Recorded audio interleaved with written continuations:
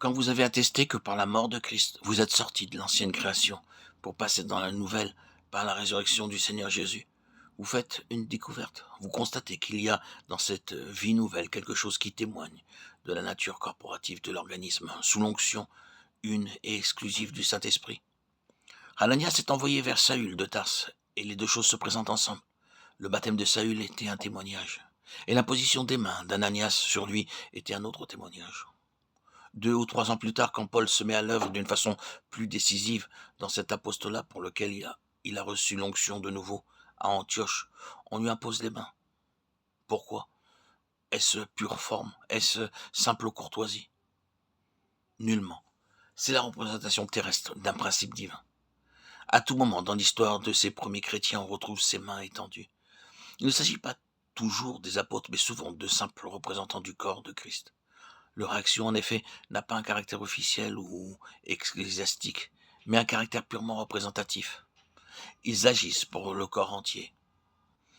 Ils étendent leurs mains et les posent sur celui-ci, sur celui-là, témoignant ainsi de l'unité essentielle du corps. C'est un acte d'identification. Se donner la main est un témoignage d'unité. La poser sur la tête de quelqu'un, c'est une manière d'attester que désormais celui-là va se trouver sous la dépendance d'une autre tête, entrer dans un autre ordre de choses. C'est l'agrégation d'un membre nouveau à l'unité essentielle du corps sous l'onction une et indivisible d'un seul chef, d'une seule tête. L'imposition des mains est invariablement associée au Saint-Esprit, ou le Saint-Esprit, si vous voulez, est invariablement associé à cette imposition des mains. Ce qui revient à dire que le témoignage à l'unité du corps, qui est ainsi rendu par cet acte d'identification, est un témoignage à l'unité exclusive de l'onction.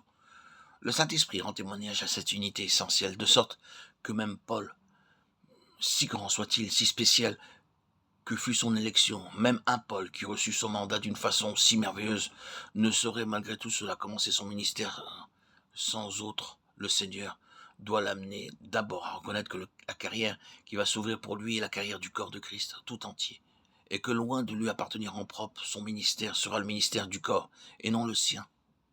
Eux donc, comme représentants du corps, posent leurs mains sur lui, et lui disent en substance: nous signifions par là que si tu pars pour accomplir ton ministère, nous partons avec toi. Spirituellement et dans la prière, nous serons toujours avec toi pour l'accomplissement de cette mission. Ne vous imaginez jamais que vous êtes sorti de l'église pour entrer dans ce que vous appelez peut-être un ministère de carrière.